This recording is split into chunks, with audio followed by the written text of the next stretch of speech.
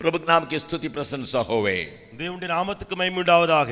कल मैंने आपको निर्गमन की किताब में से शुरू किया परमेश्वर का हस्तक्षेप किस प्रकार होता है।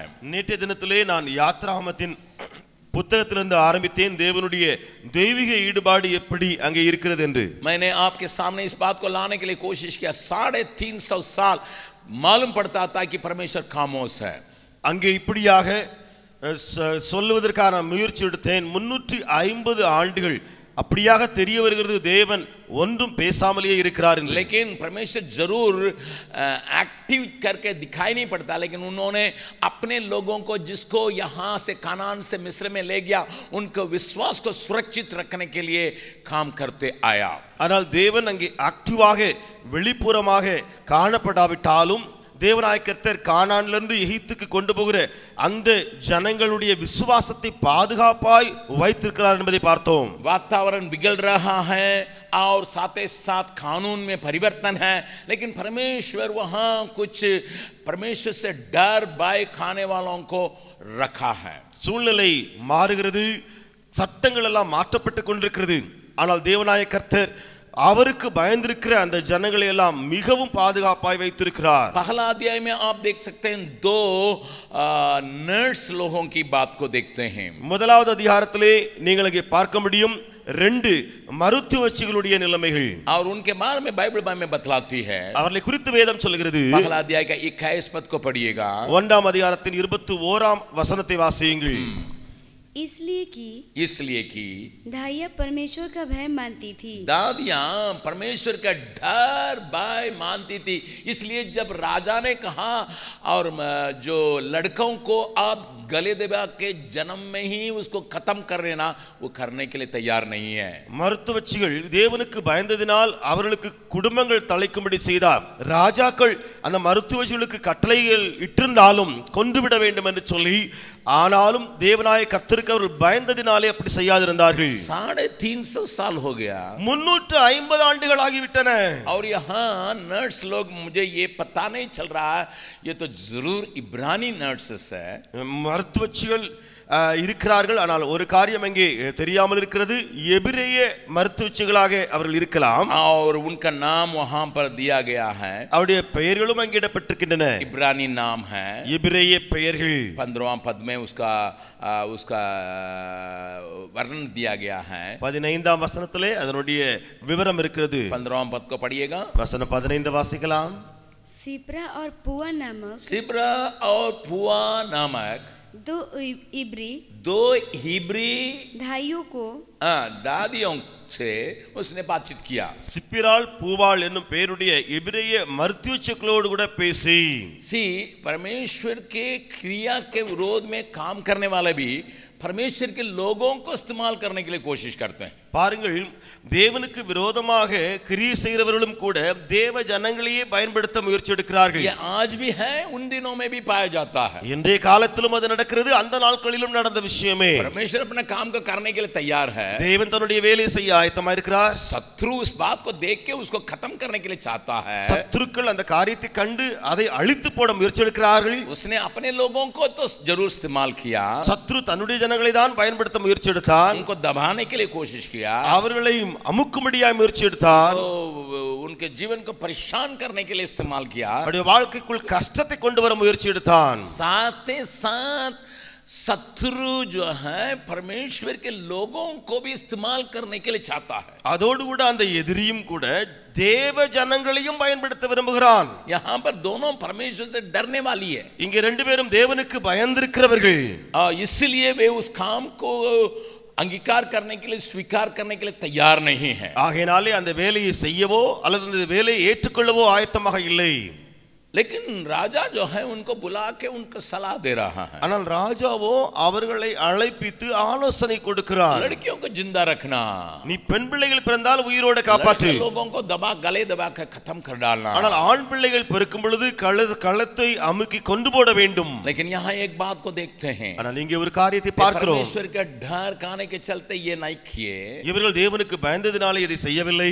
उसका नतीजा उनका परिवार में प्रकट होता है. ஆனால் அதனுடைய விளைவு அவர்களுடைய குடும்பத்துக்குள்ளே வருகிறது. जब हम शत्रु के कामों को समझ के अपनी बुद्धि से नहीं परमेश्वर की ताकत से हम काम करने लगते हैं, நாம் சத்துருக்களுடைய கிரியைகளை அறிந்து கொண்டு தன்னுடைய அல்லது நம்முடைய சொந்த புத்தியினால வேலை செய்யாமல் தேவனுடைய பார்வையில நாம் வேலை செய்தால் परमेश्वर हमारे परिवार की बातों को देख लेता है. தேவன் நம்முடைய குடும்பத்துக்கு அடுத்த காரியங்களை எல்லாம் பார்த்துக் கொள்வார். उन दिनों में कोई प्रचारक नहीं है, आपको मालूम होना चाहिए. அந்த நாட்களிலே எந்த பிரசங்கியாருமே கிடையாது, உங்களுக்கு இது தெரிந்திருக்க வேண்டும். There was no preacher. वहां कोई प्रचारक नहीं थे, कोई लिखित वचन नहीं है, எழுதப்பட்டு கொடுக்கப்பட்ட வசனங்களும் இல்லை.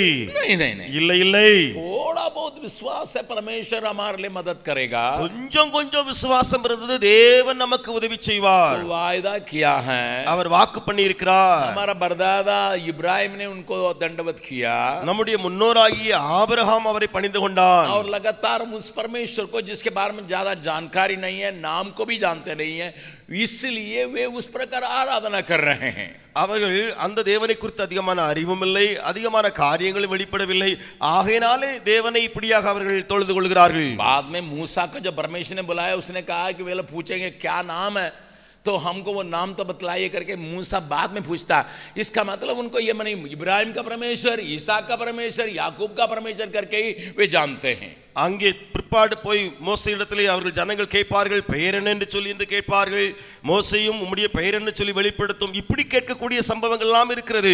அங்கே பார்க்கிறோம், ஆபிரகாமின் தேவன், ஈசாக்கின் தேவன், யாக்கோபின் தேவன் என்று சொல்லி முதலாவது வழங்கப்பட்ட வந்தவர். कोई नाम लेके नहीं बुला सकता है, எந்த பெயரையும் வைத்து அவரை கூப்பிட முடியாது. कोई वचन को लेके अगुवाई नहीं पाक सकता है, இப்பொழுது வசனத்தை பெற்றுக்கொண்டும் வழி நடத்தப்பட முடியாது. कोई प्रचारक नहीं है जिसके द्वारा वे लोगों को सलाह मिलते रहता है. தேவ ஊழியர்களும் கிடையாது, அவர்கள் மூலமாய் ஆலோசனை கிடைத்துக் கொண்டே இருக்க.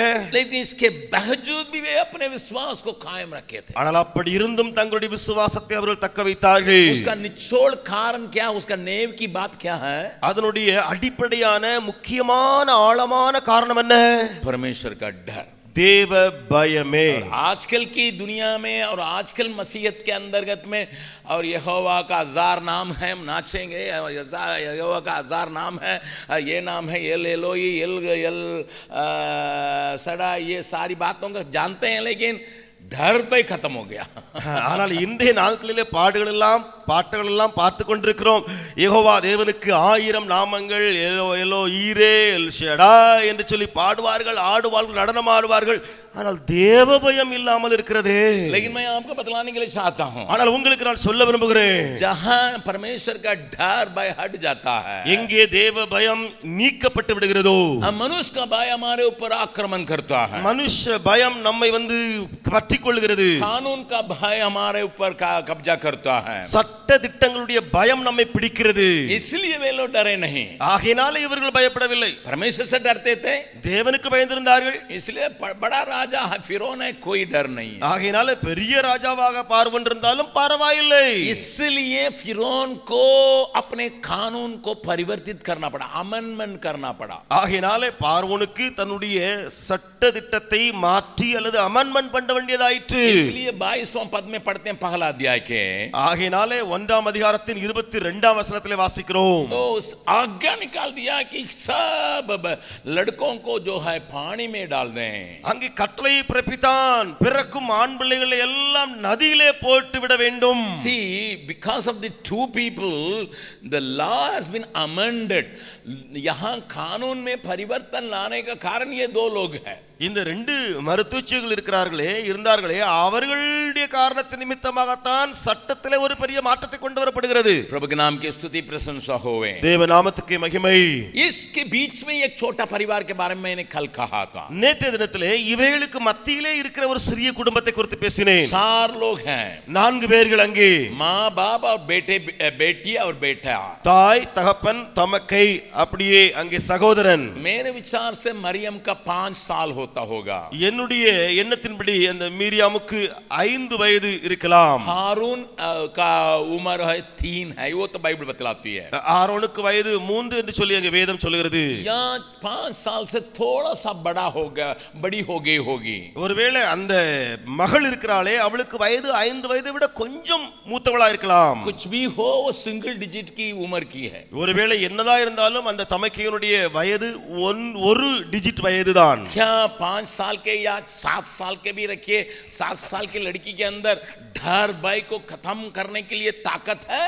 5 வயதாக வைத்துக் கொள்ளுங்க, 7 வயதாக வைத்துக் கொள்ளுங்கள், அந்த வயதுக்குள்ள இருக்க அந்த பிள்ளைக்குள்ள தேவ பயத்தை நீக்கிவிடுவதற்கு சக்தி இருக்கிறதோ? हमारे बच्चों का खाना खिलाने समय किससे डराते हैं? நம்முடைய பிள்ளைகளுக்கு சாப்பாடு ஊட்டும் பொழுது யார சொல்லி பயமுறுத்தி சாப்பாடு ஊட்டுறோம்? देखो वॉचमैन अंकल आ रहे हैं, ஏய் பாரு வாட்ச்மேன் வந்துட்டு இருக்காரு, पुलिस अंकल आ रहे हैं, போலீஸ் அங்கிள் வந்துட்டு இருக்காரு। हमारे घर में हम देखते हैं कि फिलिप का नाम लिया जाता, फिलिप उसको पुलिस जैसा करके फिलिप अंकल आ रहे हैं घर पर।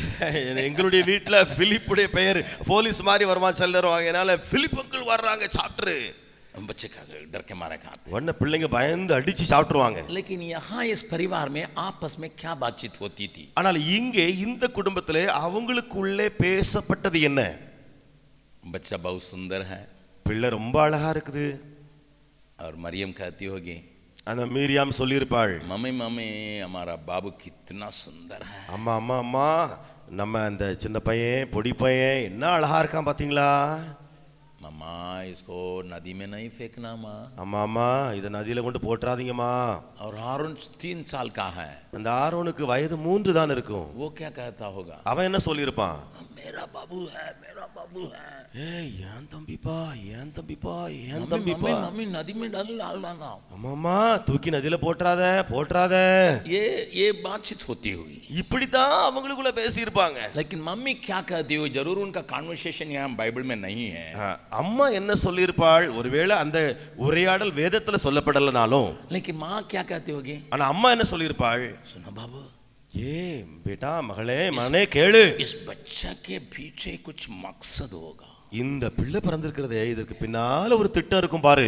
See how you increase your faith in God, how do you increase your courage? பாருங்கள் எப்படி உங்களுடைய விசுவாசத்தையும் உங்களுடைய தைரியத்தையும் ஆண்டவருக்குள்ளே பலப்படுத்த முடியும், பெருக முடியும்। परमेश्वर ने सुंदरता को जरूर इस्तेमाल किया उनके बीच में प्रेम को पैदा करने के लिए। தேவனாய கர்த்தர் அந்த அழகை அங்கே பயன்படுத்தினுடைய காரணம் அவர்களுக்கு மத்தியில ஒரு நல்ல அன்பு அந்த பிள்ளை மேல இருக்கட்டும்। कल मैंने कहा भरोसा है और विश्वास है। நேற்றைய தினத்திலே நான் சொன்னேன் நம்பிக்கையும் இருக்கிறது விசுவாசமும் அங்கே இருக்கிறது। इन दोनों को ऐसा जोड़ देने से एक नया ताकत मिलता है। இந்த ரெண்டையும் அப்படியே இணைத்து விடும் பொழுது ஒரு புதிய சக்தி பிறக்கிறது। और दोनों को सटाने के लिए प्रेम बीच में आता है। ये प्रेम इस दोनों को मजबूत बना देता है। இந்த ரெண்டையும் இணைக்கும்படியாக அன்புதான் அங்கே இடையிலே வருகிறது। அந்த அன்புதான் வந்து ரெண்டையும் வலுவடைய செய்கிறது। मां के अंदर एक विश्वास था, एक दिन एक लड़का तो पैदा होगा। இந்த தாய்க்குள்ளே ஒரு விசுவாசம் இருந்திருக்கிறது, ஒரு நாள்ல ஒரு பையன் பிறக்கத்தானே போறான், उतना ही அவ்வளவுதான் उतना ही। அவ்வளவுதான்। ध्यान से सुनिए, நல்லா கவனிங்க, ज्यादा जानकारी नहीं, அதிகமான ஒரு அறிவு அவளுக்கு இல்லை। उसको वायदा नहीं दिया गया तुम्हारे पेट में से एक बच्चा होगा करके, वायदा नहीं दिया गया है। அவளுக்கு வாக்குத்தத்தம் பண்ணப்படவில்லை, உன் வயிற்றிலிருந்து ஒரு ஆண் மகன் பிறப்பான்। यीशु मसीह के बारे में तो ये कहा गया है कि ये कुंवारी बच्चा को जन्म ले देगी। இயேசு கிறிஸ்துவின் பிறப்பை குறித்து இப்படியாக வாக்குரைக்கப்பட்டது, ஒரு கன்னிகை கற்பதவியாகி ஒரு குமாரனை பெறுவாள்। लेकिन यहाँ कोई वचन ऐसा नहीं है। ஆனால் இங்கே அப்படிப்பட்ட வாக்குகள் இல்லை। और मनोवा के पत्नी से कहा तुम्हारे लिए एक बेटा उत्पन्न होगा, वही छुड़ाएगा करके उसको स्वर्गदूत ने आके बताया। அப்படியே மனோவாவுடைய மனைவியிடத்திலே பரலோக தூதன் வந்து சொன்னான், உனக்கு ஒரு குமாரன் பிறப்பான் என்று சொல்லி। जकरिया से कहा गया तुम बुजुर्ग हो गए हो लेकिन तुम्हारी प्रार्थना सुन ली गई है, तुम्हारे लिए एक बेटा होगा और वो परमेश्वर के पुत्र के लिए रास्ता तैयार करेगा करके कहा गया है। சகரியாவை குறித்து பார்த்தால் அவனை குறித்து இப்படியாக சொல்லப்பட்டது, உனக்கு ஒரு குமாரன் அங்கே பிறக்க போகிறான், அவன் பெரியவனாயிருப்பான் என்று சொல்லி அவனுடைய வயதான காலத்திலே உரைக்கப்பட்டது। परमेश्वर के लिए रास्ता तैयार அவன் தேவனுக்காக ஆண்டவருக்காக வழியை ஆயத்தம் பண்ணுவான்। लेकिन यहाँ कुछ भी वचन नहीं दिया गया। ஆனால் இங்கே இவளுக்கு எந்த வசனமும் கொடுக்கப்படவில்லை। इनका बरदाबा इब्राहिम से भी कहा तुम्हारे लिए एक बेटा होगा। ஆபிரகாம் இவனுடைய முன்னோராகிய ஆபிரகாம் எடுத்து சொல்லப்பட்டது உனக்கு ஒரு குமாரன் பிறப்பான். लेकिन यहाँ पर कोई वचन नहीं है, ஆனால் இங்கே எந்த ஒரு வசனமும் இல்லையே, कोई वायदा नहीं है, எந்த வாக்குத்தத்தமும் இல்லையே.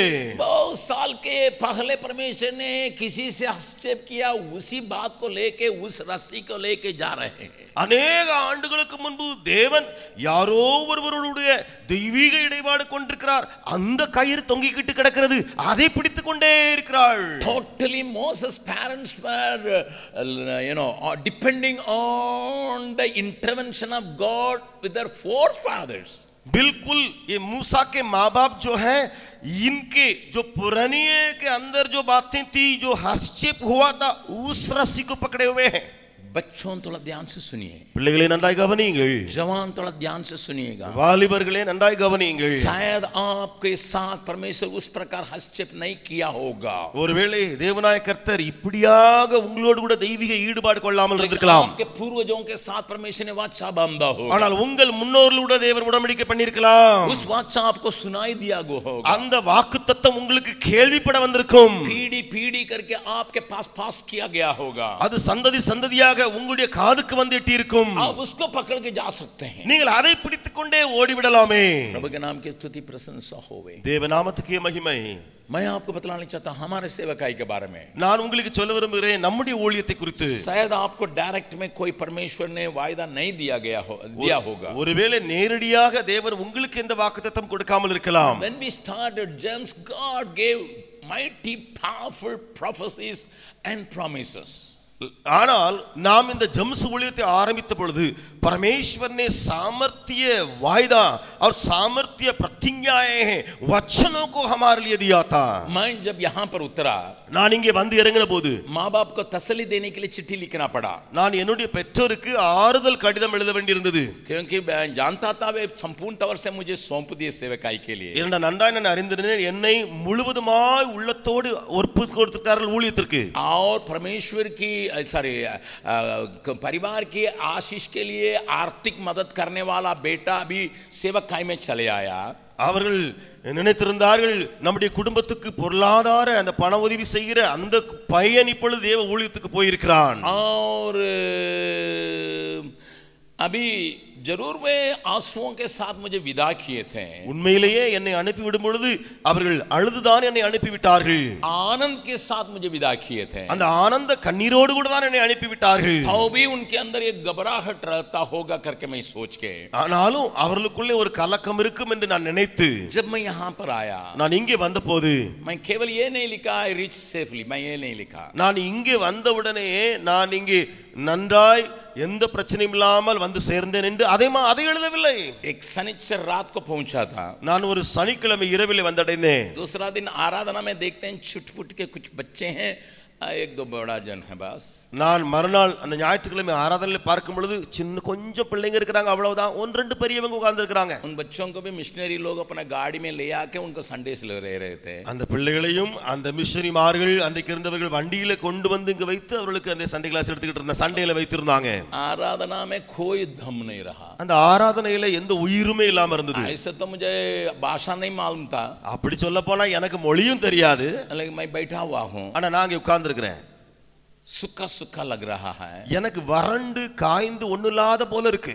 और मैं जब डेरियानसोन स्टेशन में उतरा था, நான் டேரியான்சோன் ரயில்வே ஸ்டேஷன்ல இறங்கின போது एकदम घुटना तक का कीचड़ में होके आना पड़ता था, எனக்கு முழங்கால் வரைக்கும் இருக்கிற சகதிக்குள்ள தான் நடந்து வர வேண்டி இருந்தது. क्योंकि स्टेशन के बाहर जो है इतना गड्ढा, पूरा गड्ढा था, और पानी बरसात खत्म होते ही वो कीचड़ रह गया था. ஏனென்றால் அந்த ஸ்டேஷனுக்கு வெளியில ஒரு பெரிய பள்ளம் போல காரி இருந்தது, மழை அங்க பெய்து அந்த காலமா இருந்ததுனால முழுவதும் அந்த பள்ளம் சகதியினால நிரம்பி இருந்தது. स्टेशन से मुझे एक रिक्शा पर बैठा के लोग ले आ रहे थे रात को 11 साढ़े 11 बजे. இரவில 11 மணிக்கு ஸ்டேஷன்ல இருந்து என்ன ரிக்ஷால உட்கார வச்சு கூட்டி வந்து கொண்டிருந்தாங்க.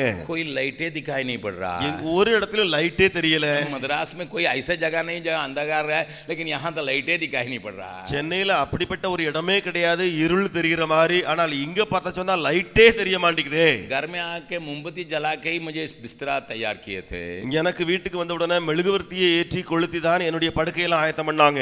और समय इतवार को आराधना का देखा, நான் ஞாயிற்றுக்கிழமை ஆராதனையை பார்த்தேன். मैं बाहर थोड़ा सा देखा, நான் கொஞ்சம் வெளியில சுற்றி பார்த்தேன்.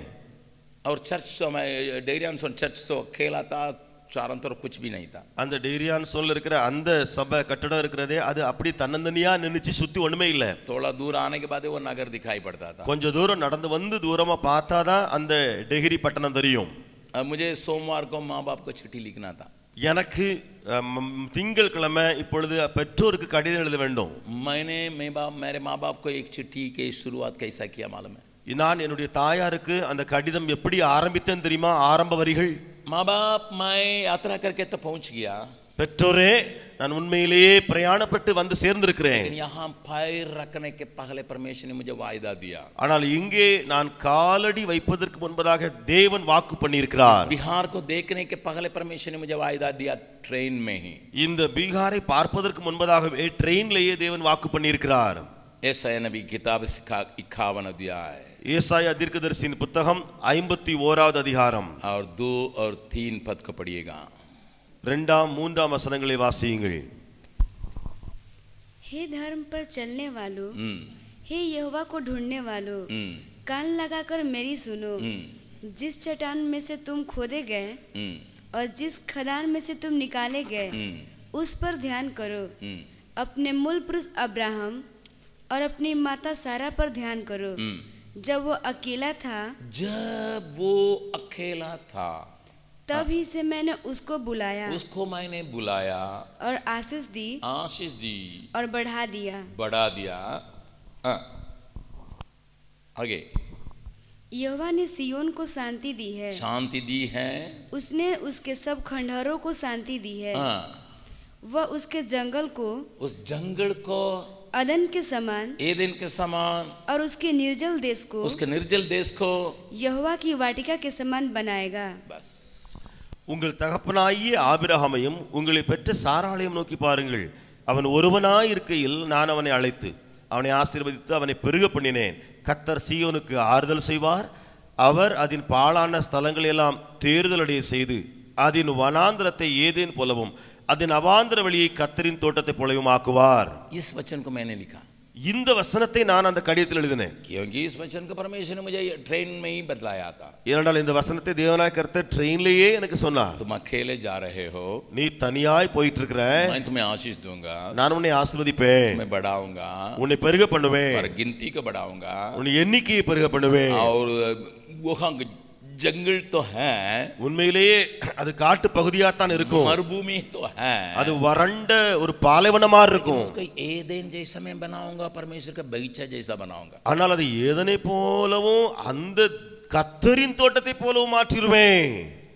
बहुत साल तक कुछ भी नहीं हुआ था, अनेक ஆண்டுகள் வரைக்கும் ஒண்ணுமே நடக்கல. लेकिन मैं उस रस्सी को पकड़ के यहाँ तक पहुंचा. ஆனா நானும் அந்த கயிறை பிடித்து பிடித்து பிடித்து பிடித்து இங்கே வரைக்கும் வந்து இருக்கிறேன். शायद आपके जीवन में वो बात भी नहीं होती होगी, ஒருவேளை உங்களுடைய வாழ்க்கையில அந்த காரியமும் இல்லாமல் இருந்திருக்கலாம். परंतु आपके पूर्वजों को परमेश्वर ने जो वायदा दिया, हस्तक्षेप करके उसको पकड़ के आप आगे बढ़ सकते हैं. वही बात को इस परिवार अपना रहा है. ஆனால் உங்களுடைய முன்னோர்களுடைய உங்களுடைய தலைவருடைய வாழ்க்கையில தேவன் கொடுத்த வாக்குத்தத்தத்தை அந்த கயிறை பிடித்துக்கொண்டே நீங்கள் முன்னேற முடியும். அதைத்தான் இந்த குடும்பமும் செய்கிறது. शायद आपके हाथ पकड़ के परमेश्वर बातचीत नहीं किया होगा, कोई बात नहीं. ஒருவேளை தேவன் உங்களுடைய கரங்களை பிடித்து பேசாமல் இருந்திருக்கலாம். बगल वाला का हाथ पकड़ के चेहरा देख के बोलिएगा. பக்கத்துல கரங்களை பிடித்து முகத்தை பார்த்து சொல்லுங்கள்.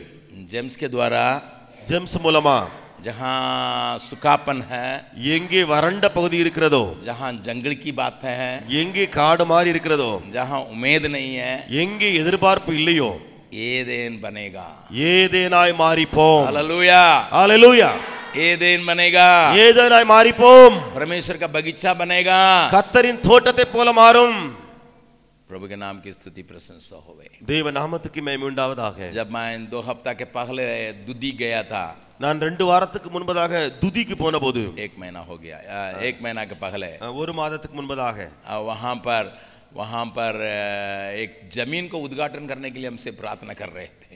அங்கே ஒரு நிலத்தை அங்கே திறந்து வைப்பதற்காக ஒரு காரியத்துக்காக திறப்புழுவாக்காக எனக்கு ஜெபிக்க சொன்னாங்க. जय सिंह अंकल वहाँ के दुदी के जमीन एक तो 14 एकड़ खरीदे हैं, उसमें कंपाउंड वॉल बना के उसको थोड़ा ठीक ठाक करके उसको उद्घाटन करने के लिए मुझे बुला के ले गए. ஜெயசிங்கங்கள் அங்கே என்னை கூட்டு போயிருந்தாங்க. 14 ஏக்கர் உள்ள ஒரு நிலம் அங்கே வாங்கப்பட்டிருக்கிறது. அதனுடைய அந்த காரியத்தை ஓபன் பண்ணி வைக்கும்படியாக என்னை அழைத்து போயிருந்தாங்க. मैं तो रूपा दीदी के ऊपर उसको डाल दिया, क्योंकि उसमें लिखी, उस बोर्ड में लिखी हुई कुछ बातों से मैं उतना खुश नहीं था, इसलिए रूपा दीदी को मैं प्रार्थना करने के लिए कह दिया. நான் அந்த போர்டில் எழுதப்பட்ட சில காரியங்களை குறித்து அவ்வளவாய் திருப்தி இல்லாமல் அது சந்தோஷம் இல்லாமல் இருந்தேன். ஆகையினாலே நான் ஜெபிக்கிற காரியத்தை ரூபா அக்கா மேல போட்டு விட்டேன். लेकिन मैं एक बात से बहुत खुश था. ஆனால் ஒரு காரியத்தினால ரொம்ப சந்தோஷம் அடைஞ்சேன். क्या बोर्ड लिखा हुआ था मालूम है? அந்த போர்டில் என்ன எழுதப்பட்டிருந்தது தெரியுமா? जेम्स एडेन, एडेन बगीचा. जेम्स एदेन தோட்டம். कुछ महीना के पहले वहां जाके देखिए, उखड़ खपड़ यहाँ क्या होगा करके जंगल जैसा था. சில மாதங்கள் முன்பதாக நீங்க போய் பார்த்திருக்கணும். அது அவ்வளவு ஒரு இடம் மோசமா பார்க்க முடியாத மாதிரி இருந்துச்சு, காடு மாதிரி. काट कूट के कंपाउंड वाल बना के उसका गेट लगा के लिख दिए एडेन, जेम्स एडेन. ஆனால் அங்க எல்லாம் அதெல்லாம் புதர்கள் செடிகள் எல்லாம் சரி பண்ணி ஒரு காம்பவுண்ட் வால் போட்டு அதில் எழுதிட்டாங்க ஜெம்ஸ் ஏதேன் என்று. मैं कभी उनसे इन बातचीत नहीं किया. நான் ஒருபோதும் அங்க இடத்துல பேசல இப்படி. लेकिन 40 साल के पहले परमेश्वर ने हाथ धर के बोला, वो बात को वहां लिख कर रखा किसी ने. ஆனால் 46 ஆண்டுகளுக்கு முன்பதாக தேவன் இந்த வாக்குத்தத்தத்தை வாக்கு பண்ணின பின்பு அங்கே பார்க்கிறேன் யாரோ ஒரு மூலமாக கர்த்தர் அதே வசனத்தை போட வைத்திருக்கிறார்.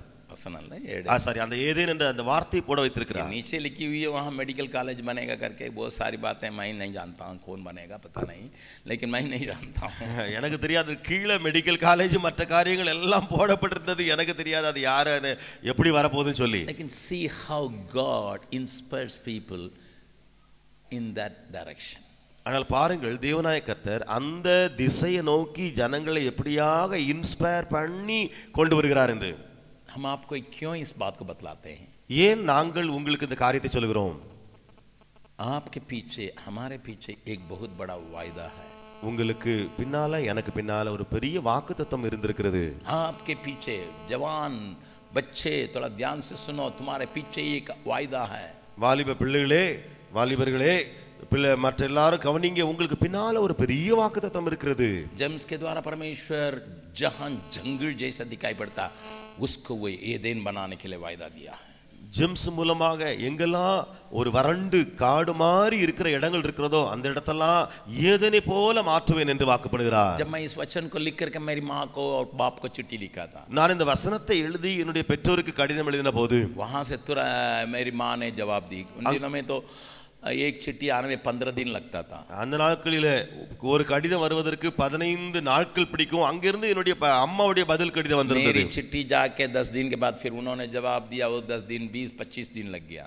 நான் கடிதம் எழுதி 10-15, அதுக்கப்புறம் அவங்க ஒரு 10 நாள், கிட்டத்தட்ட 25 நாட்கள் கழித்து அவங்க கடிதம் வருது. उन दिनों टेलीफोन ठीक से काम नहीं करता था. அந்த நாட்களில் டெலிஃபோன் சரியா வேலை செய்யாம இருந்தது. और तार देते थे हम लोग, टेलीग्राफ देते थे, वो भी ठीक से काम नहीं करता था. நாங்கள் தந்தி அடித்து கொடுத்திருந்தோம், அந்த தந்தியும் கூட சரியா போய் சேராம இருக்கும். परंतु ஆனால் मेरी माँ ने, उन्होंने कहा, என்னுடைய தாய் எழுதினாங்க, जिस दिन मैंने तुम्हें वेदी पर रखा उस दिन जानता हूं तुम्हारे द्वारा परमेश्वर बड़ा काम करने जा रहा. நான் எந்த நாளிலே உன்னை பலிபீடத்தின் மேலே வைத்தேனோ அந்த நாளிலேயே அறிவேன் தேவனாய கர்த்தர் உன் மூலமாய் பெரிய பெரிய காரியங்களை செய்வார் என்று. जब मेरा दूसरा लड़का की मृत्यु हुई, என்னுடைய இரண்டாவது மகன் மரித்தபோது मेरे बाप वहां से यात्रा करके यहाँ पर आए.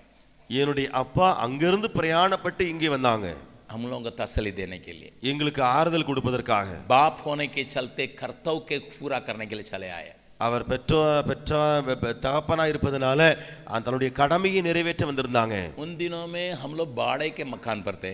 அந்த நாட்களில் வாடகை வீட்டில் நாங்கள் இருந்தோம். ध्यान से सुनिए, डेरियानसन में बाड़े के मकान पर थे. டேரியான்சன்ல வாடகை வீட்டில் இருந்தோம். हम लोगों को 5 एकड़ जमीन यहाँ दिया गया था.